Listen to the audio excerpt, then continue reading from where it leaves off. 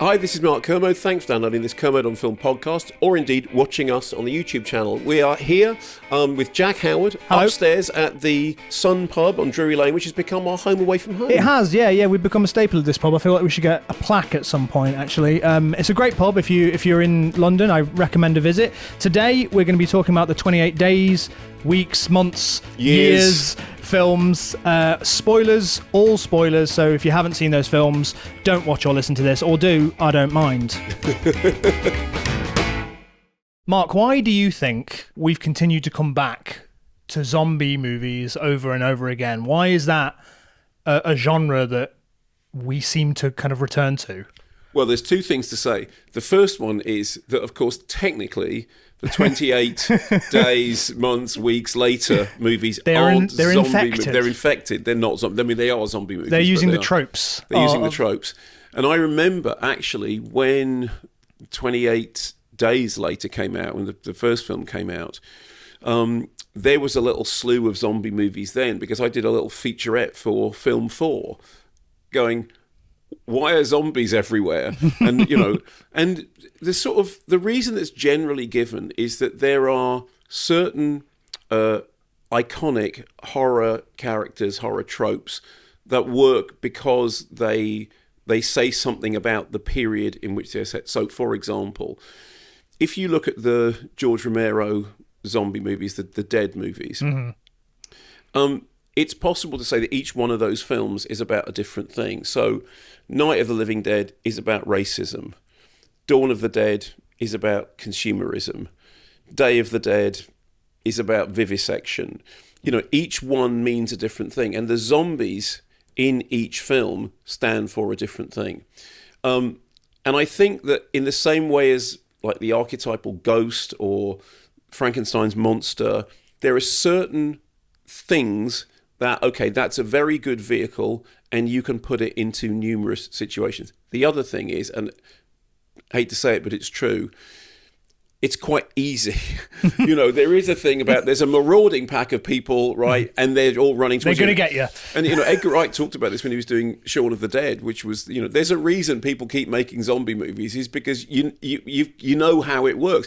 I mean, I don't know whether you remember this, but there was a really big thing around when the first 28 days later came out, and there was the other zombie movies, there was a whole thing about fast zombies. Yeah. Was 28 Days the first? Well, there was the remake of Zack Snyder. Zack Snyder's Dawn of the Dead. Yeah, that James Gunn wrote. Wow, I had forgotten. And on Channel 4, they showed the first 15 minutes of the film. That was the trailer for it. So I did a little kind of, the whole thing was it was a puff job. It was like I did 15 minutes about zombies, and then they showed the first 15 minutes of the Zack Snyder Dawn of the Dead. But the whole thing was, they're running. Zombies don't run. Zombies walk slowly. Now, of course, we were quite used to the fact that zombies run, but it's been reinvented now, isn't it? Like, it's kind of accepted that. It's interesting that was maybe even a bit of a controversy at the time, that people were like, no, back in my day, zombies were slow. It was as much of a controversy as Daniel Craig can't be Bond, he's blonde. He's blonde. Do you remember that? It was James Blonde. James Blonde. And everyone was absolutely up in arms about it. And I mean, it is a strange thing, because one of the things that happens in the most recent film is this attempt by the central doctor character, played by Ralph Fiennes, to see whether there is still humanity lurking within the infected. Well, that's an idea that goes back to the Romero films and back for me. The whole idea, they're undead, and I was thinking, at the end of Shaun of the Dead, his mate is living in the shed. Yeah. And the zombies they've all become, acclimatized. They're just getting on with stuff. If you were going to do a sequel to Shaun of the Dead, it would be them. It would be this. Yeah. It would be them hanging out. So, I think the reason is because it's one of those horror archetypes that can mean whatever you need it to mean in a particular circumstance. And when it comes to a threat, whether they're fast or slow, the morass of unthinking carnage is quite easy to do. It's unstoppable and it's coming. Yeah. And yes. So what I think is interesting, though, because I'm not that clued up actually on the old Romero films, but what I think is interesting about the 28 Years films, and actually 28 Days Later, just the 28 franchise. Yes, let's just call them 28. Yeah, is that they're using it to really kind of look at how humans would react to this, rather than it being about the threat of zombies and them being the threat. It's more like, what do people do in this situation? Well, particularly in the case of Bone Temple. Well, if you go back to 28 Days Later, like really the biggest threat in that is Christopher Eccleston's character. That's right. I promised them women. Like, ooh, like it's awful. Like, I think this is it, isn't it? Like the films are kind of putting under a microscope how human beings would kind of revert back to certain ways or let certain instincts take over and kind of allow the evil part of humanity out. Well, it's an interesting thing because I did an episode of Screenshot, the Radio 4 program I do with Eleni Jones, and we were doing it on survival in movies. We interviewed Werner Herzog and, some other interesting filmmakers, Deborah Granick. And one of the questions was, well, are zombie movies survival movies? We go, well, in a way they are, because it's like society has collapsed, everything's fallen apart, now fend for yourself, and how well would you do? And I know that there is a big thing amongst the younger generation of surviving the zombie apocalypse. Mm-hmm. They prepped for it, they thought about it, they figured out how they were going to do it. It's like a thing. And get in the bath, apparently. Oh, really? I just remember the book, the how to survive a zombie apocalypse. Yeah. In the bath. Something about getting it, or fill the bath with water. Something about that. No, yes. Maybe not get in the bath. No, yeah. But you fill the bath, get in it. Fill the bath with water. Chill out. Have a bath. Yeah, because everyone knows zombies can't kill you if you're in the bath. But that thing about the breakdown of society is a kind of that is a science fiction staple. That is a horror staple. Society's gone to rack and ruin. What happens to everybody else? And usually, it's the kind of it's the Mad Max thing. Everything breaks into tribes, and there's the good tribe and the bad tribe, and and all that sort of stuff. Because Alex Garland wrote them as a trilogy, a trilogy. So you got the first and second were shot back to back. The first one directed by Danny Boyle, second one directed by Nia DaCosta, and they shot them at the same time. So the second one was in the bag. And then, see how that does, and then we'll do the third one, and the third one is now a go project. Thankfully. But what I think it always was. Yeah. I think it always was. But what Danny Boyle said was that the way that Alex Garland had written it was that the second film, Bone Temple, is about the nature of evil. Mm-hmm. And the third film is going to be about the nature of redemption. And the interesting thing in Bone Temple is that actually the infected are the least of anyone's worries. They're barely there.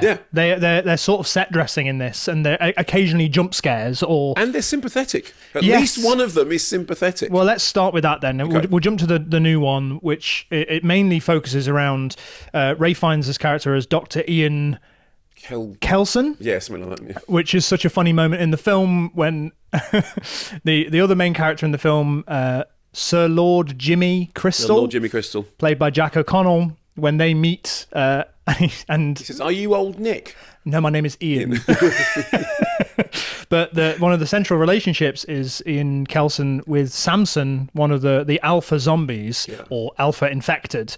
And at the beginning of the film, it really establishes very quickly this quite touching bond that they have with each other. Yeah. And that they both get a bit of respite with each other. And there's this question hanging over of whether there is any humanity left in Samson, who is one of the bigger alpha infected. And, you see him dismember somebody at the beginning. Like you see him pull someone's head out. It's horrific. But the question of whether or not, like, is this him, or is he... Because at the beginning as well, you see this very brief moment of Samson's perspective on what he's seeing. Yeah. And it looks like he's seeing a monster. Yeah. And he's trying to stop it. Yeah. Then we just established fairly quickly this bond between Kelson and Samson that's really sweet. And what happens is that the doctor he's giving him morphine. Yeah, he's giving him a tranquilizer gun, basically. So he's giving him with these darts, which stops him, and then he's tranquil, and then the doctor sits with him, and then they sort of sit together and they gaze at nature. And during the course of the film, you see that there is something happening, and what Ray Fiennes' character is trying to do is to say a word, and anything. If you say anything, it would be mind blowing. Yeah, and that progress is happening And then on the other side, you've got the humans, the people who've survived, the Jimmies, who of course are introduced at the end of the first film in what is really one of the most WTF. It was like, what? Mighty Morphing Power Rangers dressed as Jimmy Savile in the last 5 minutes of the film. What happened? And for anyone who didn't like that, Nia DaCosta did not go that direction with the Jimmies in this in this film. But what's remarkable is so essentially the Jimmies are like a version of the Droogs from Clockwork Orange. Mm-hmm. They're being led by Sir Lord Jimmy Crystal, who is played, I think, terrifyingly by Jack O'Connell. Did you not get hints of Heath Ledger's Joker from him? Maybe that's a really basic comparison. No, that's interesting. That I think that's generational. But yeah, no, but what's fascinating is he's the head of this band of murderers, but all wearing these kind of strange costumes, all wearing like tracksuits and the Jimmy Savile hair, and there's this whole strange thing in the timeline of the 28 films, which is if the timeline is adhered to, no one ever found out that Jimmy Savile was the most notorious paedophile in history, because the timeline stops when 28 days later happened. It's very interesting that he would have idolised him, and so and he also idolises the Teletubbies. Yes, and because they have videotapes of the Teletubbies, and there's a bit in which one of them has to do the Tinky Winky dance. Yes, and what's very interesting about it is that you've taken something that he's idolised, he's appropriated it, and it's still a demonstration of evil. Precisely. But the thing about that is that only makes sense to us, the audience, who lived through the subsequent revelations. So we all know Jimmy Savile, monster, but at the point in the narrative that they're in, that was never revealed. You know what's just a side note about this? What's going to be horrendous is that when we get to this Halloween... Oh, you're going to get people dressed as the Jimmies? I think in America, when the people who don't really know about Jimmy Savile as much as we do, I'm calling it now. Please don't dress up as Sir Lord Jimmy. That hadn't even occurred to me. I mean, I wonder how... I just thought of it just now. I wonder how that particular element plays in America when they don't know who he is, because it's, the tracksuits and because it's so specific. Mm-hmm. I wonder what they look like to... I mean, one of the most remarkable things about the films, and again, this kind of comes back to your initial question, why do we keep going back to zombies, whether zombies are infected? It's a very British movie. I know Nia DaCosta is an American director, right?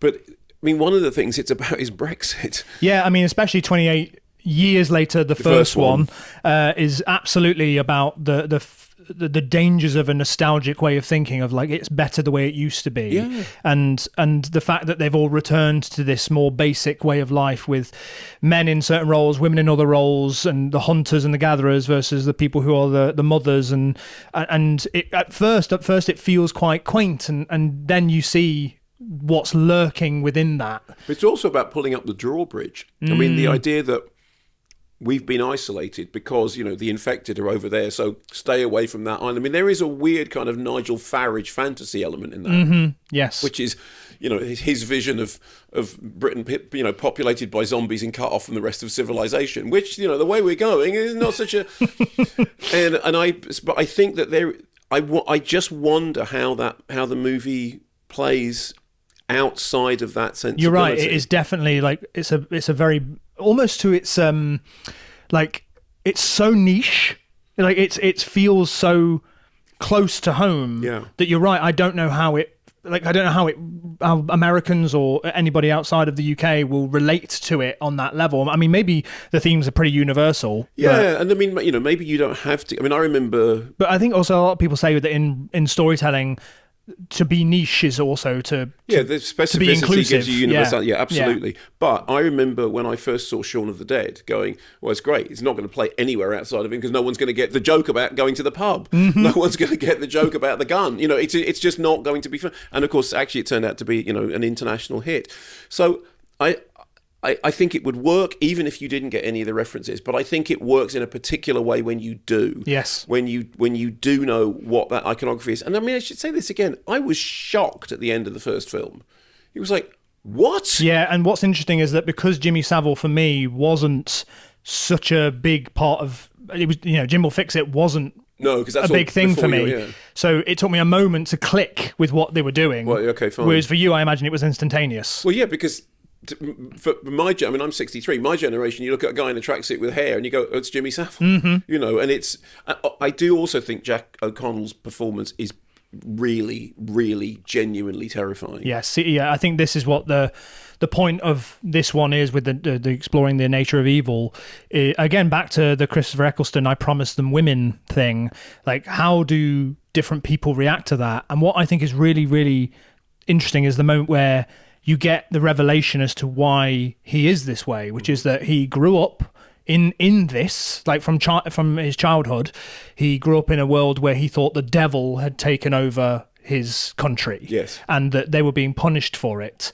And that his father was leading the charge. The way he saw his dad die was leading a pack of infected. That's right, yeah. You know, in the first one, that's the first scene of 28 Years Later, which I thought, this is interesting, that when I first watched 28 Years Later, that opening scene where the child is watching the Teletubbies and then the infected happens and you see the horrific scene in the church, that kid who's there watching and hiding, I assumed would be Aaron Taylor-Johnson. Yes, precisely. And I think... And the film deliberately leads you that way, because it's not until you see the upside down cross that you go, oh, that's the kid. It's him, and that's the twist. I mean, I love.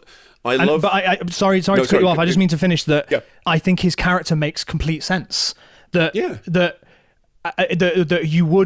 there would be some people that are this deluded into thinking that this is what they're when they've not experienced anything else. Yeah. Of course, this is the story they tell themselves. And then when he meets Dr. Kelson, who's not somebody who has grown up like this and remembers a world without it, that conversation that they have, where you get this sense that he's maybe on the precipice of like learning that his way of thinking about the world is wrong, and then he completely switches back into, you're going to do this thing for me now, or I'm going to pull your intestines out and feed them to you. Yes, but okay, so what I find fascinating about that is there's a bit of Ken Russell's The Devils in this, which is, so at the beginning he goes, "Are you old Nick?" And he goes, "No, why are you asking me if I'm old?" "Oh, I see, because of the iodine, because of the skin." and the bones. And the bones, that's right. And the bone temple, yeah. Well, of course.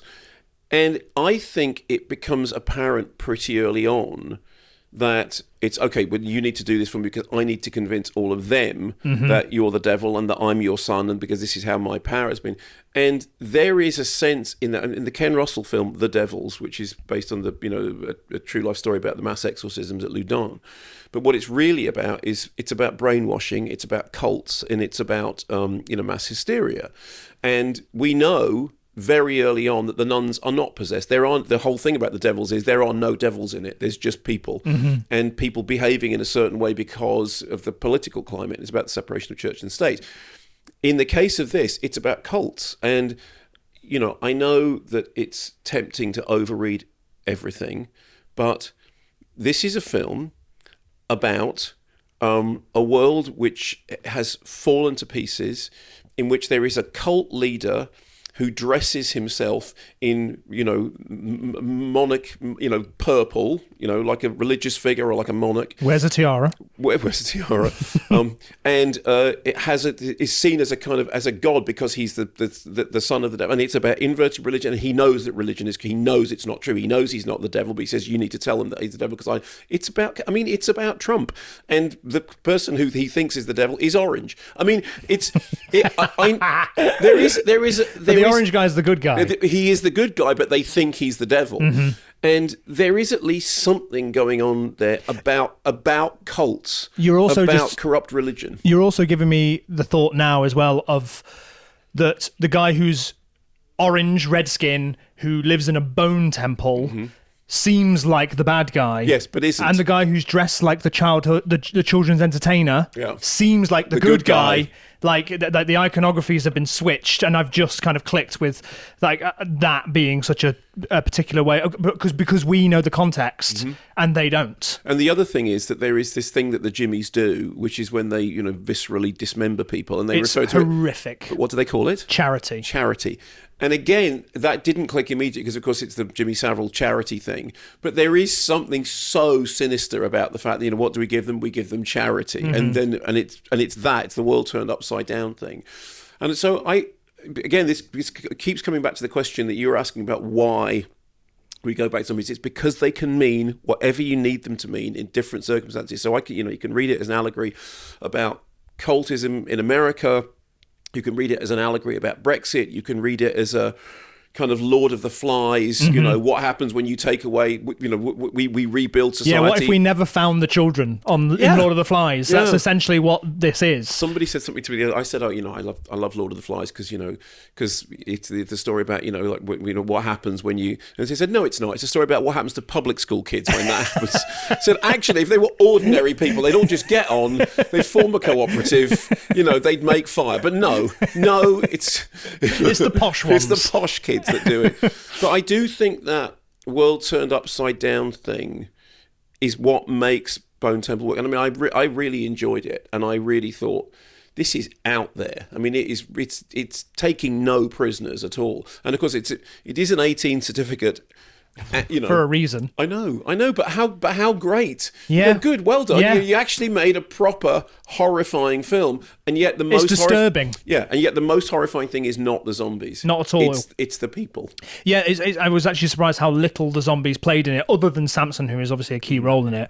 I think it's a worthy follow-up to 28 Years Later. I think it feels like, I think 28 Years Later I loved. I really was surprised by just how emotional it was as well.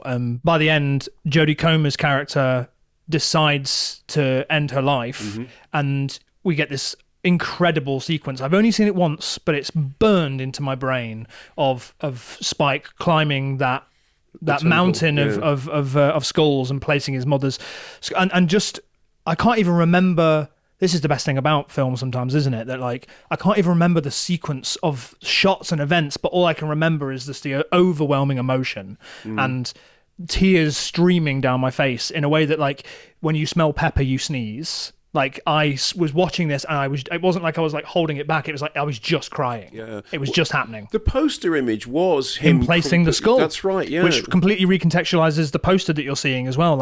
It's... And also, I mean, I love the thing about when the Doctor character explains the memento mori thing, because at first you think, well, it's like something out of Cannibal Holocaust, because no, it's a memento mori, and it is this sort of monument to a lost civilization. And actually, during the course of the film, it does become a temple rather than some awful shrine. There is something kind of weirdly holy about it. We should also talk about the fact that probably the most talked about sequence in the film. Yes, I was about to say.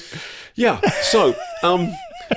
I mean, obviously, we've seen Rafe dance before. He dances in A Bigger Splash to Emotional Rescue by the Rolling Stones. But my word, him doing Number of the Beast is really something, isn't it? It is. I'd heard, what's annoying is I'd heard about it. Oh, you knew it was coming, right? No, I'd heard that the Iron Maiden song was in the film, and I was like, oh, when's that going to happen? And in my head, I was almost expecting it to be like an action scene. Yeah. Because that's just my expectation. I've seen a lot of things do that. I did not expect that.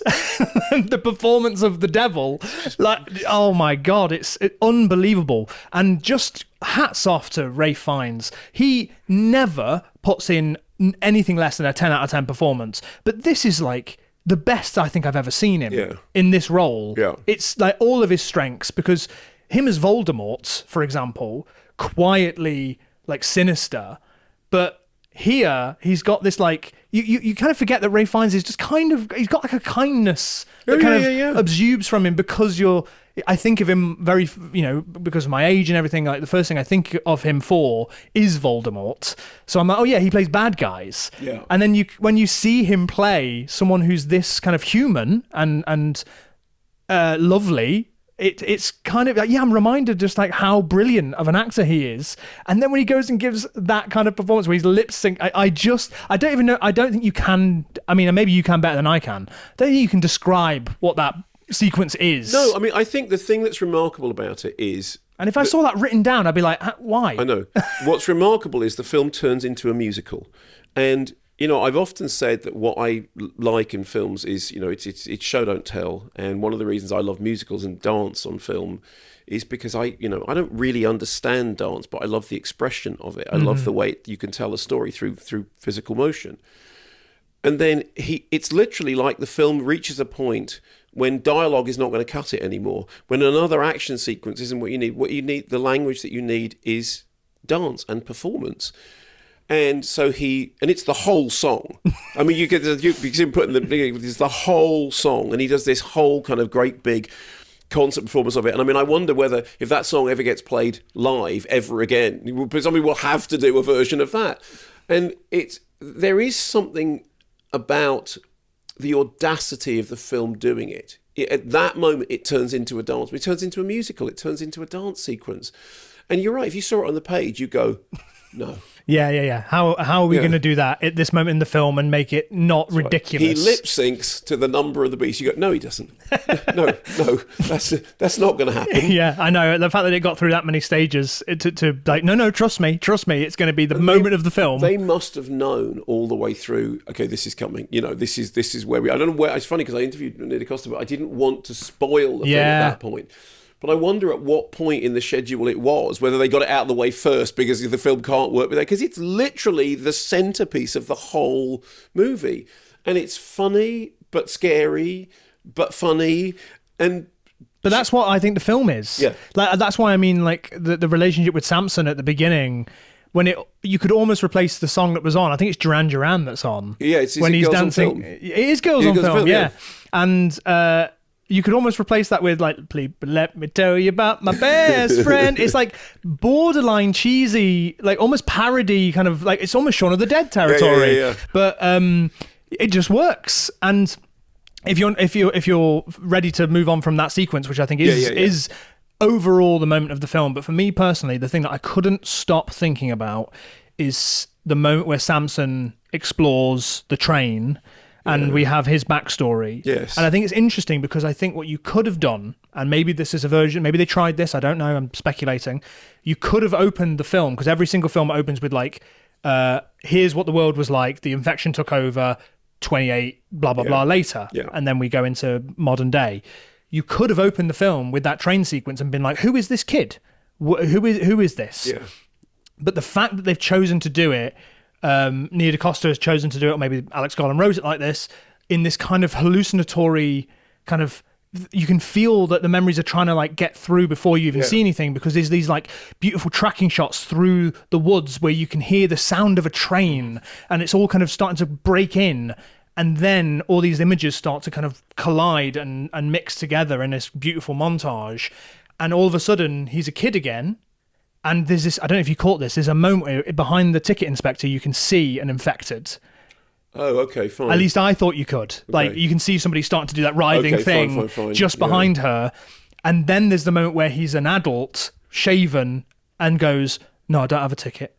And then we're back in reality, and all the zombies are surrounding him, and they want him now. Okay. And I thought that was unbelievable filmmaking. I thought that, for me, that was the moment of the film. See, the thing is, now that you're talking about it, I just want to go back and watch it again and again. And I think that is another one of the strengths, is it's not, okay, you watch it so you can see what happens, then that's done. You watch it and then you want to go back and watch it again, just because the filmmaking is really kinetic and really surprising. I mean, I do think Nia DaCosta is a great director. The previous film that she made, Hedda, which is an updating of Ibsen, Hedda Gabler. And, it changes the sort of central relationship, does something kind of very modern with that. And again, that has musical sequences in it. It has sequences in which it's dancing and and she's clearly got a kind of what would derogatorily be called, a pop video sensibility, but I don't mean it in a bad way. I mean I think Danny Boyle's got that. Yeah, precisely. And that thing about, do you remember in A Life Less Ordinary, when A Life Less Ordinary is turning into a musical? I think that one of the things about musicals is that, I love fantasy and horror, and musicals, it's a special effect. Dancing is a special effect. It's a way of getting you into that different space. And I do think Nia DaCosta's done a brilliant job of directing it. And have you seen Hedda? Because if you haven't, I haven't seen that yet. It's great. I mean, it's a real whirlwind of a film, and it was always going to be a small audience because it's a sort of strange subject, but it's really, really well done. Obviously, with Candyman, she kind of, reinvigorated the franchise. But I just think she's done a brilliant job directing, and it's hard to follow a film directed by Danny Boyle that's so much in his wheelhouse. And also, it's obviously the second in the 28. I have never seen 28 Weeks Later because it feels like unofficial in a lot of ways. Yeah, well, that's Juan Carlos Fresnadillo, isn't it? Well, all I know is that it wasn't Alex Garland and it wasn't Danny Boyle. No, but it is Robert Carlyle. I think that's how it happened. I think I remember interviewing Robert Carlyle for it, but the interesting thing about it is I can remember almost nothing about it. Yeah, and I think what I do know about it is that they spread the disease worldwide. Yeah. And then at the beginning of 28 years later, it's like they go, nope, that didn't happen. Yeah. They contained it really quickly. That's right. Yes. I had literally forgotten. I mean, I remember interviewing Robert Carlyle about it, but I can remember almost nothing about the film. I can remember the first one really clearly. But it is like a kind of... But that's what I mean, is that like turn. Not only are you following Danny Boyle, but you're also now the second director that isn't Danny Boyle to take over the franchise and helm it. And that's a lot of responsibility because that didn't go well the first time. And Danny Boyle is going to do the third one, right? I don't know. Is he? I don't know. I'm assuming he will. I'm assuming that's I'm assuming he'll want to finish it. Yeah. Unless they get another... Like they make all three of them different directors with Alex Garland scripts. That would also be interesting. Yeah, I mean, my assumption would be that Danny Boyle would go back. I assume he'd want to finish it because I assume this is an ending now. I assume the third one. If as Danny Boyle says, the third one is about redemption, then that would feel right. So what we learn, obviously, in 28 years later, the Bone Temple, is that Dr. Ian Kelson, with a combination of pills, I don't know, manages to cure Samson. He begins to. Well, it also seems like he's becomes immune to the disease where he gets his humanity back, and yet he still retains all of the strengths of this virus, where he's like still super strong and all the rest of it.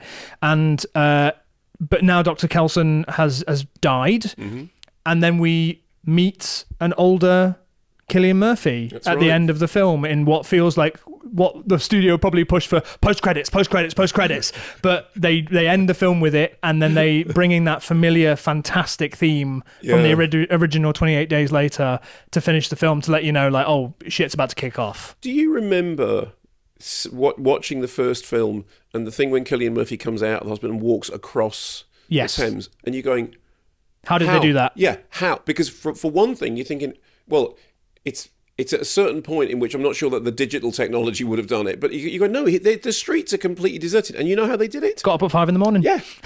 You go, that's just genius. And actually, years ago, we made a Jack and Dean sketch where we wanted it to be a post-apocalyptic world, and we went, let's just do what 28 Days Later did. Do it at 5 o'clock in the morning. Worked.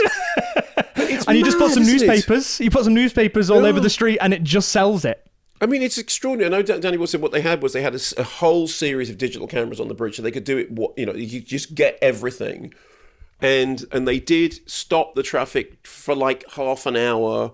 They just had people just stopping. But he said essentially, that was how it was. And we did a thing for the Culture Show when we were doing a thing about film locations, and again, similar thing. We were doing a thing about 28 days later, and we went and shot in Trafalgar Square at 5 o'clock in the morning. There's no one there, it was really kind of weird. And obviously, they must have been shooting it. It must be summertime because it must be bright early because it looks daytime. It doesn't look. I know you can shoot, and they're shooting on they're shooting on these like consumer cameras for the first one as well. And when you watch it, like I can remember that was a big deal. When I was a kid, 28 Days Later, because it came out 2001, 2, right? So I'm like 8 or 9 years old when it comes out. So to me, for the longest time, 28 Days Later was that really scary film that played on Channel 4. And I couldn't, until I was older, watch it, really. And so when I watched it for the first time, I was just terrified of it. Yeah. Whereas now I can watch it and obviously appreciate it in a different way. But also, it's really clear that it's not shot on film cameras, which is not something I was conscious of when I was younger. Yeah, it's absolutely, it's not shot on film cameras. The other interesting thing is, at the end, when there's the thing when they write the word in the stones and there's the overhead shot and then the film stops, right?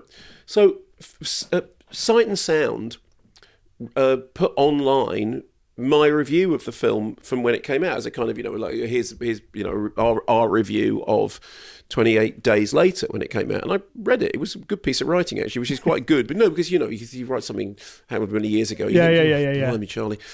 But I said at the end of that review, I was talking about it as being like a punk rock film. I said it had a punk sensibility to it. The whole thing about the consumer cameras, exactly as you're talking about.